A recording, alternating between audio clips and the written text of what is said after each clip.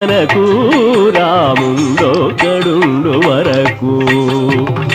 ప్రక్కతోడుగా భగవంతుడు మన చక్రధారి అయి చెంతనేయుండగా ప్రక్కతోడుగా భగవంతుడు మన చక్రధారి అయి చెంతనేయుండగా తక్కువేమి మనకు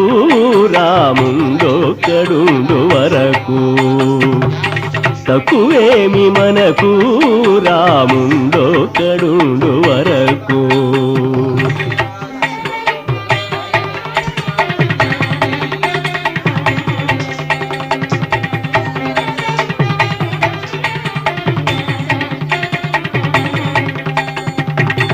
మృతు సోమకుని మును చంపిన ఆ